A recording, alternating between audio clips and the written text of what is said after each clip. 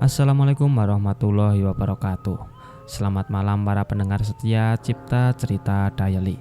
Sambutlah kehangatan malam hari ini dengan cerita yang akan membawa kita merenung di bawah cahaya bulan. Pada kesempatan malam hari ini saya akan membawakan sebuah kisah yang ditulis oleh Twitter @noname, yaitu sebuah cerita tentang pengalaman beberapa orang yang berinteraksi dengan warga penghuni perumahan misterius yang pernah viral pada masanya. Tanpa berlama-lama lagi, mari kita langsung saja ke ceritanya.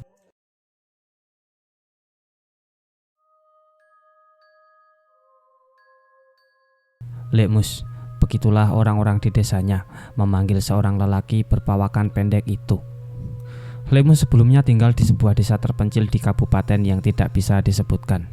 Hehe, lagi-lagi nggak bisa disebutkan ya guys ya. Jadi mohon maaf karena ini memang privasi. Jadi kita menjaga keamanan bersama saja ya. Oke, kita lanjut. Karena cukup lama menganggur tanpa pekerjaan, akhirnya ia memutuskan untuk menjadi seorang penjual bakso keliling, tapi bukan di desanya sendiri. Dengan harapan punya omset yang lebih besar, ia memutuskan untuk menjajakan dagangannya ke wilayah kota yang tidak bisa disebutkan.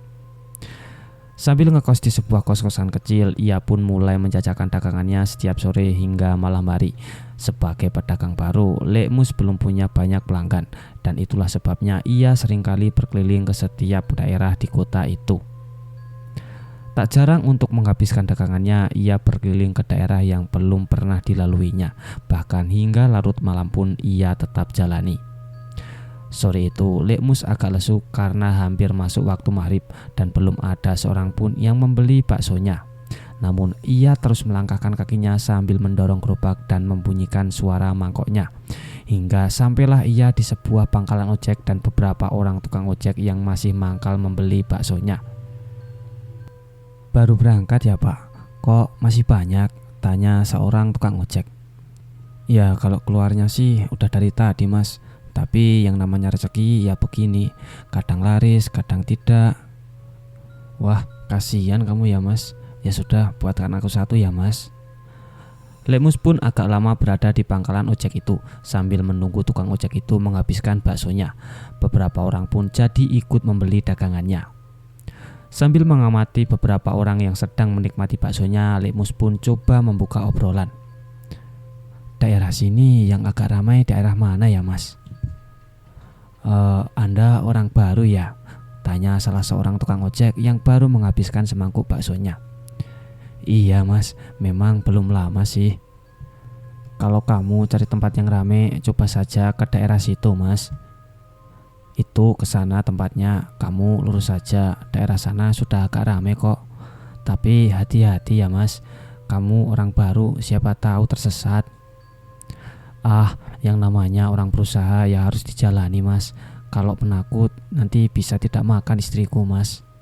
"Ya sudah, yang penting saya sudah kasih tahu," gumam si tukang ojek itu. Mungkin rezekinya Lekmus baru mulai keluar di pangkalan ojek itu. Cukup banyak orang yang lewat dan beberapa tukang ojek yang membeli baksonya. Dan setelah maghrib, Lekmus mulai beranjak dari pangkalan ojek itu karena sudah agak sepi pembeli. "Besok kesini lagi ya Mas, baksonya agak enak nih," seru salah satu tukang ojek terakhir yang masih berada di lokasi itu. "Iya, beres bos." Lekmus pun mulai berjalan ke arah yang sebelumnya ditunjukkan oleh salah seorang tukang ojek. Dengan terus membunyikan suara mangkuknya, ia berjalan sambil sesekali beristirahat.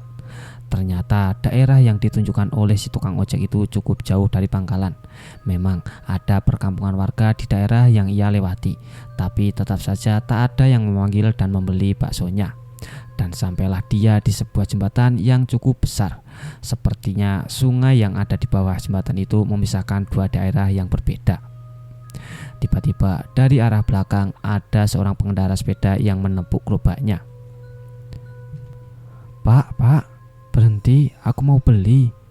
Rupanya seorang gadis muda yang ingin membeli baksonya. Lekmus pun menyuruhnya untuk menunggu di seberang jembatan. Gadis itu menunggunya di pinggir trotoar, masih di atas sepeda model klasik yang sedang hits pada masa itu. Dengan agak gembira, Lekmus pun mulai meracikan bakso untuknya sambil sesekali membuka obrolan dengan gadis itu. "Kamu orang mana ya, Mbak? Kok jam segini belum di rumah?" Gadis itu agak malu-malu menjawab pertanyaan Lekmus. Rumahku di sana, Pak, di pojok sana." Mendengar nama perumahan itu, Lekmus jadi agak penasaran. Lekmus pun mulai berniat untuk menuju perumahan itu. Pikirnya daerah perumahan pasti agak ramai. Lekmus pun hampir menyelesaikan racikan baksonya. Akan tetapi tiba-tiba ada mobil yang melintas di depannya. Mobil itu seperti membunyikan klakson sehingga Lekmus pun sempat menengok dari samping gerobaknya. Kemudian ia memperhatikan wajah sopir yang sepertinya dia sedang ketakutan.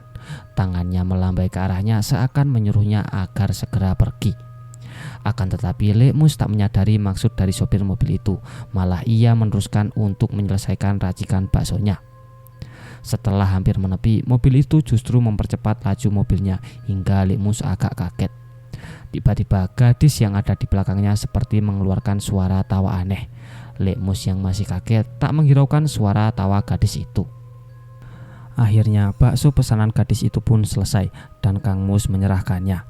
Sambil menyodorkan uang, gadis itu menerima baksonya. "Wah, Mbak, uang kecil aja ada nggak, Mbak? Soalnya aku nggak ada kembalian nih." "Wah, sama aja, Pak. Aku juga nggak ada uang kecil." Lekmus hampir menggratiskan baksonya sebelum si gadis malah menyuruh Lekmus mengambil uangnya saja. Seperti mendapat rezeki nomplok, Lekmus pun sangat berterima kasih pada gadis itu. Pasalnya uang yang diberikan gadis itu lumayan besar. Setelah menerima baksonya, gadis itu pun buru-buru meninggalkan Lekmus yang terus memperhatikannya. Dengan wajah yang masih riang, Lekmus memasukkan uang itu ke kantongnya dan bersiap untuk meneruskan perjalanan. Begitu ia mulai mendorong gerobaknya, tiba-tiba ada hembusan angin yang seperti menyebarkan aroma harum yang cukup menyengat. Menurut orang-orang di desanya, jika tercium bau harum seperti itu pertanda ada sosok makhluk halus di sekitarnya.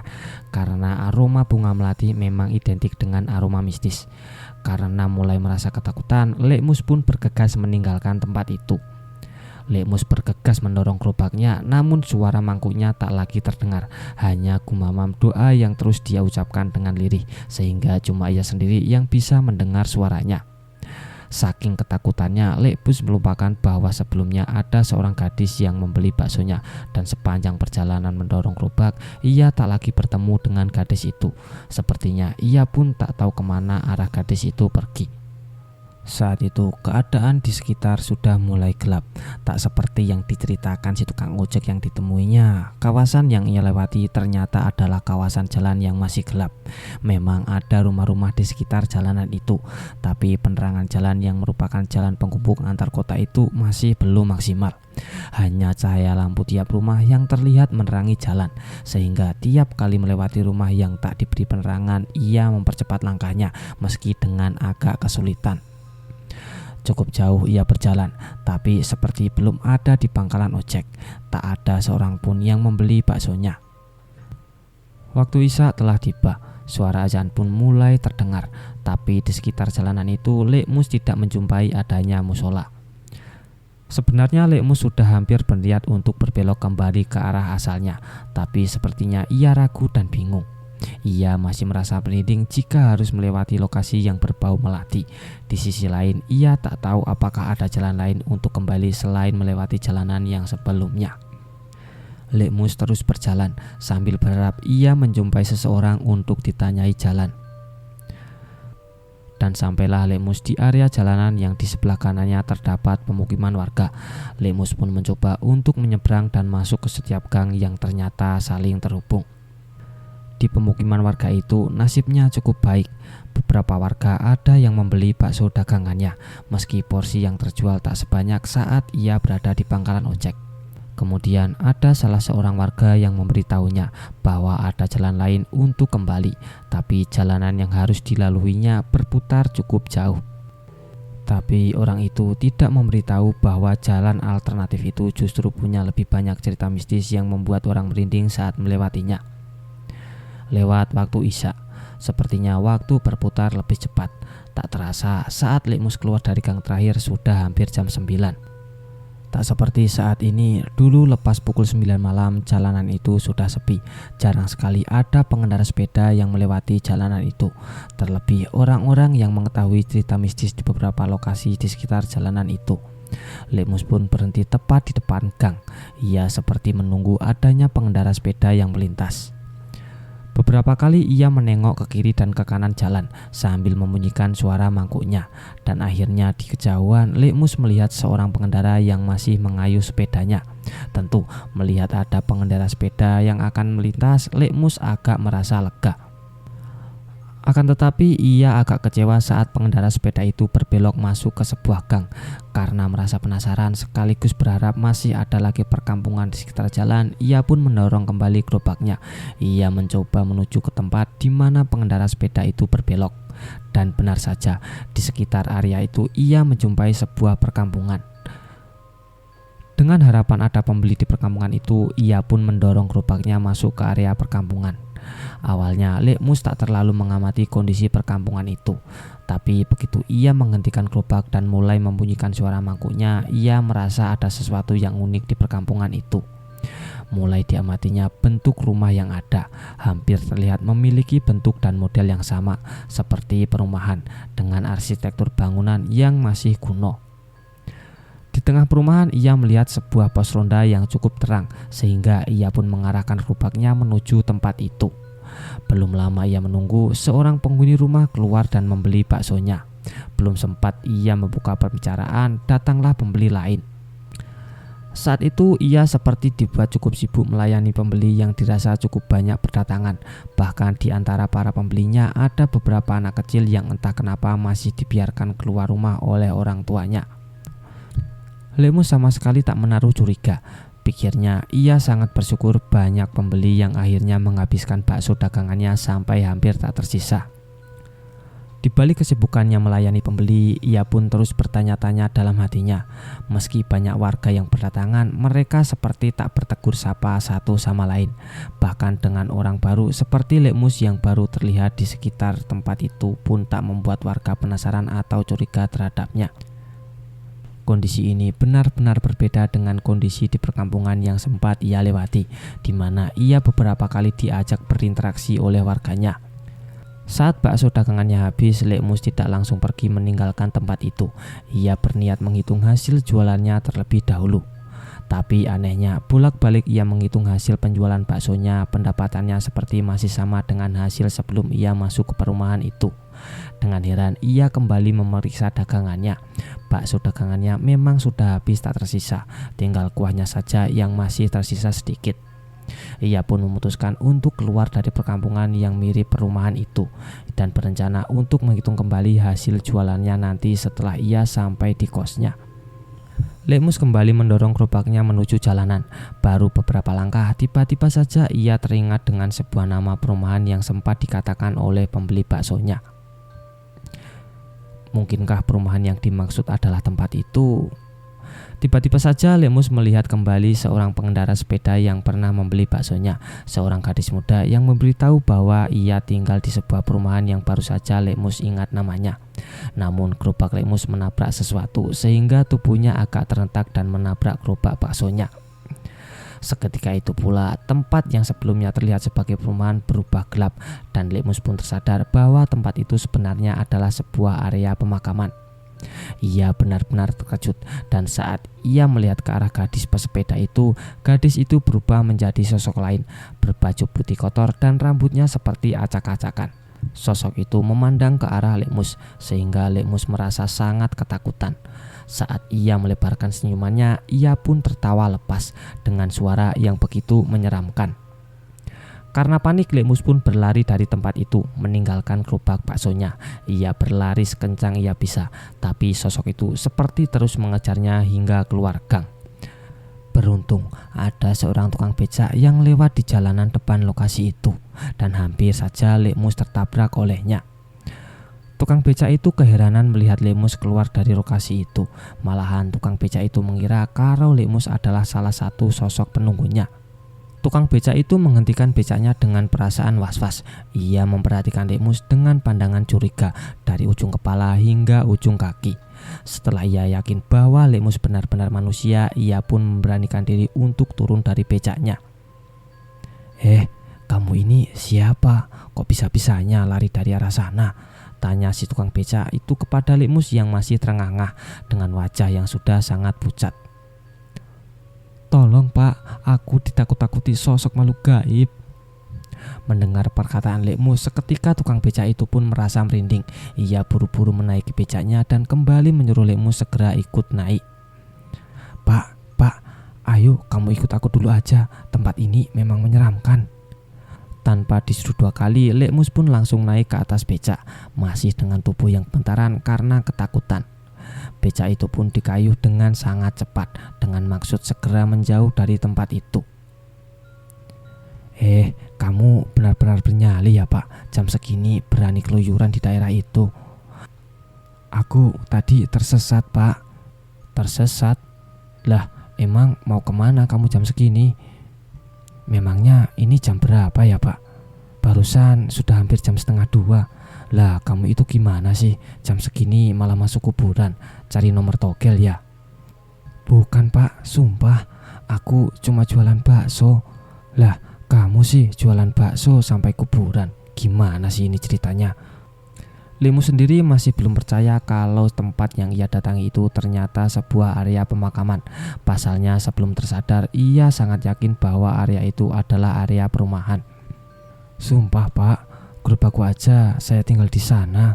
Kalau kamu tak percaya, sana periksa sendiri gerobakku." Tukang becak itu masih mengayuh becaknya sekuat tenaga sambil sesekali menengok ke arah belakang. Sepertinya ia sudah tak peduli lagi dengan penjelasan Lekmus. Keduanya akhirnya sampai di area pangkalan ojek yang berada di sekitar pasar. Setelah ia turun dari becaknya, ia segera mengajak Lekmus untuk duduk di pangkalan sambil menenangkan diri. "Bagaimana ini Pak gerobakku?" Sudah, tak usah dipikirin dulu gerobakmu. Kamu yang penting selamat, itu sudah lumayan." Bagaimanapun gerobak itu adalah modalnya perjualan bakso. Meskipun ia sudah merasa lega bisa keluar menjauh dari tempat itu, ia masih tetap kepikiran dengan gerobak baksonya.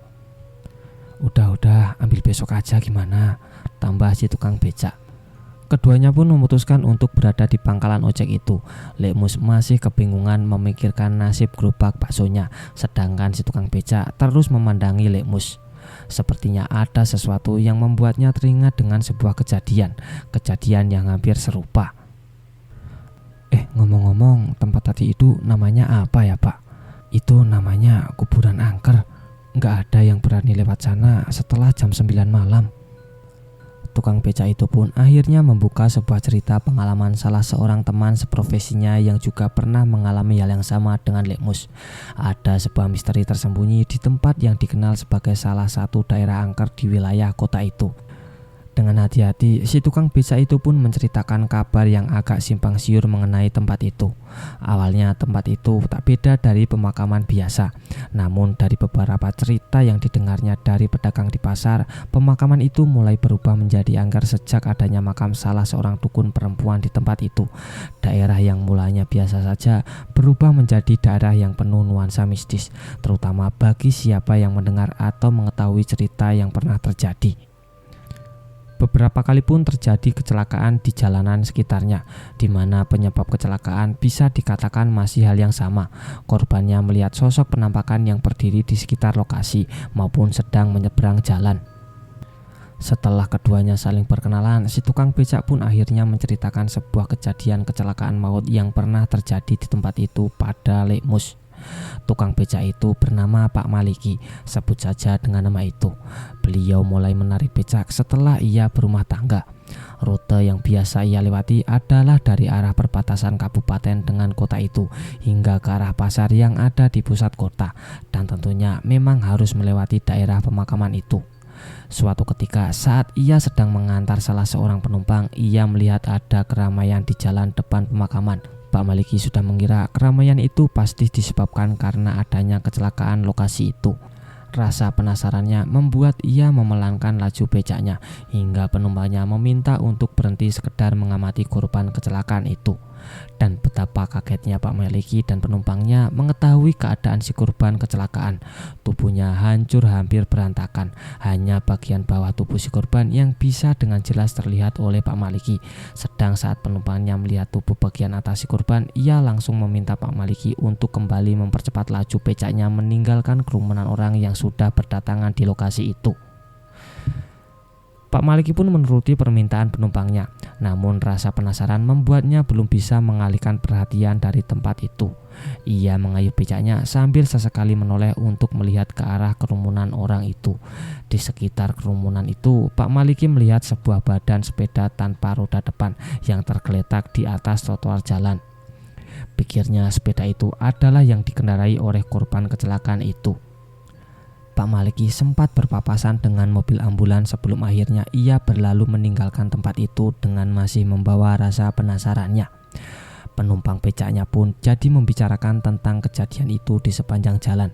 Setelah mengantarkan penumpangnya ke tempat tujuannya, Pak Maliki berniat kembali ke arah kota. Sudah pasti ia pun melewati jalanan tempat kecelakaan itu. Suasana jalanan sudah tak seramai sebelumnya, tapi masih ada beberapa orang yang tetap berada di tempat itu. Kemudian Pak Maliki mendekat ke arah seseorang yang sedang berdiri memperhatikan bekas kecelakaan. Darah segar masih membekas di jalanan itu, melebar hampir sampai ke bibir trotoar. Mbak, tadi kronologi kecelakaannya gimana ya? Kok sampai korbannya parah seperti itu? Tak tahu aku Pak, kejadiannya cepat kok. Jadi aku tak terlalu tahu. Tak puas dengan jawaban itu, Pak Maliki mencoba mencari orang lain untuk ditanyai. Akan tetapi belum jauh ia beranjak dari tempat itu, saat ia menoleh ke belakang, orang yang baru saja ia tanyai sudah menghilang, pergi entah kemana. Pak Maliki agak merasa merinding. Ia pun mendorong becaknya dengan agak cepat. Ia mengikuti pengguna jalan yang lain dan berusaha menghindari tempat yang masih ada darah bekas kecelakaan. Di seberang jalan dilihatnya ada beberapa orang yang sedang berbincang, sudah pasti membahas tentang kejadian kecelakaan tragis itu. Dari merekalah Pak Maliki mendapat informasi bahwa seorang perempuan pengendara sepeda menjadi korban dalam kecelakaan itu. Tubuh bagian atasnya hancur, terlindas mobil yang melaju dengan cepat. Sudah pasti perempuan naas itu langsung meninggal di tempat kejadian. Entah kenapa setelah mendengar penjelasan itu, Pak Maliki merasa curiga dengan orang yang sempat dia tanyai tadi. Bisa jadi orang itu adalah... Iya, dia adalah... Setelah kejadian kecelakaan itu, Pak Maliki selalu merasa merinding saat melewati jalanan sekitar tempat itu. Karena setiap kali melintas, Pak Maliki seakan diamati oleh sosok yang berada di sana. Setelah cukup lama, ia baru bisa merasa biasa-biasa saja meskipun memori tentang kecelakaan itu tak hilang dari ingatannya. Wajah Lekmus kembali menampakkan ketakutannya. Ia teringat dengan gadis bersepeda yang membeli baksonya sebelum ia memasuki area pemakaman yang terlihat seperti perumahan di matanya saat itu. Ketakutan Lekmus kembali muncul karena ia mulai menyadari bahwa gadis itu mungkin saja sosok hantu perempuan korban kecelakaan yang diceritakan oleh Pak Maliki. Lebih-lebih yang dilihat Lekmus sebelum ia sadar tengah berada di area pemakaman adalah sosok yang sama. Lekmus berusaha merogoh, mencari sesuatu dalam saku celananya. Ia teringat bahwa gadis itu membayar baksonya dengan uang yang cukup besar nominalnya dan tidak meminta kembalian. Tadi juga ada gadis yang membeli baksoku Pak. Uangnya lumayan besar, tapi dia tak minta kembalian. Di mana ya uangnya ya Pak? Ujar Lekmus yang masih terus merogoh saku celananya. Pak Maliki memperhatikan Lekmus dengan pandangan penasaran. Astagfirullah, Pak, iki apa ya Pak? Kedua orang itu terkejut melihat sesuatu yang dikeluarkan Lekmus dari dalam saku celananya. Di genggaman tangan Lekmus terdapat beberapa lembar uang ribuan dan uang receh. Namun bukan itu yang membuat mereka terkejut.